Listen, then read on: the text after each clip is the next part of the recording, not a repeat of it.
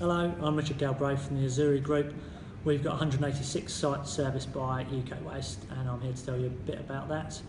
So for a long time we were with a national contractor. We tendered and changed in 2015 to a broker, not UK Waste at that point, and that changeover was absolutely miserable.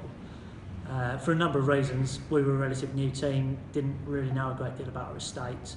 The information we got from the national contractor was fairly inaccurate, and we were making lots of changes at the time, putting lots of recycling into the restaurants and putting food waste segregation in everywhere as well. But really, the reason it went so horribly wrong was the lack of information. It took us probably 6 months from the changeover to get to the point where service was working as we wanted it, and probably a year after that before we made up the lost ground in terms of on-site recycling that we had given up as part of the tender and part of the changeover process. So at the point, if anyone would have asked me, we would never have changed trade waste contractor again because it was just so awful. But time goes on, and when the contract was up, we decided to tender again.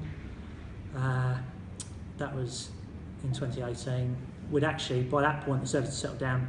We quite liked the broker model versus the national contractor. It gave a lot more flexibility and a lot more responsive to problems. And we weren't quite as worried about the pain of change this time because we knew a lot more about our estate. So we were slightly more confident. We tendered with 6 companies, some nationals, some brokers. The biggest problem we had was that we'd lost control of our costs, really. We're quite a small team, waste is not our main focus, and so we didn't have the time to concentrate on every single restaurant, trying to keep control of what they were doing, making sure they were recycling everything, making sure the bins weren't too heavy, and so we were getting an awful lot of extra charges, awful lot of overweight charges. And so what we were looking for as part of the process was someone to help us manage that over the life of the contract and beyond.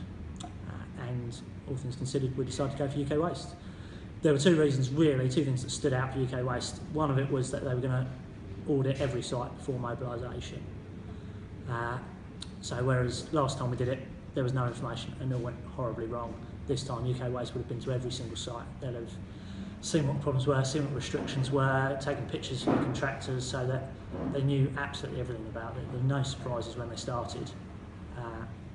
And so we thought that would take away almost all of the worry of changing over again.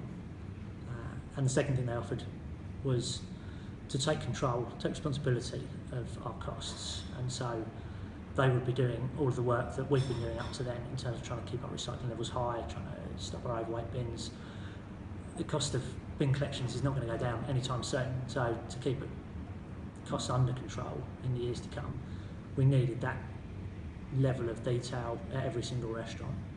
And UK Waste, we're going to take responsibility for that. So those are the 2 things really that made a difference for us, and we awarded it to UK Waste.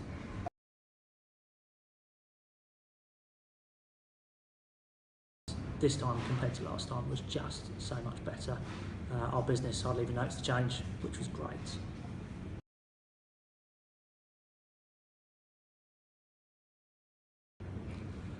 The pain of change isn't a myth because we went through it last time and it was extremely painful, but if you've got the right information and you've got good communication, then changing your waste company doesn't have to be painful.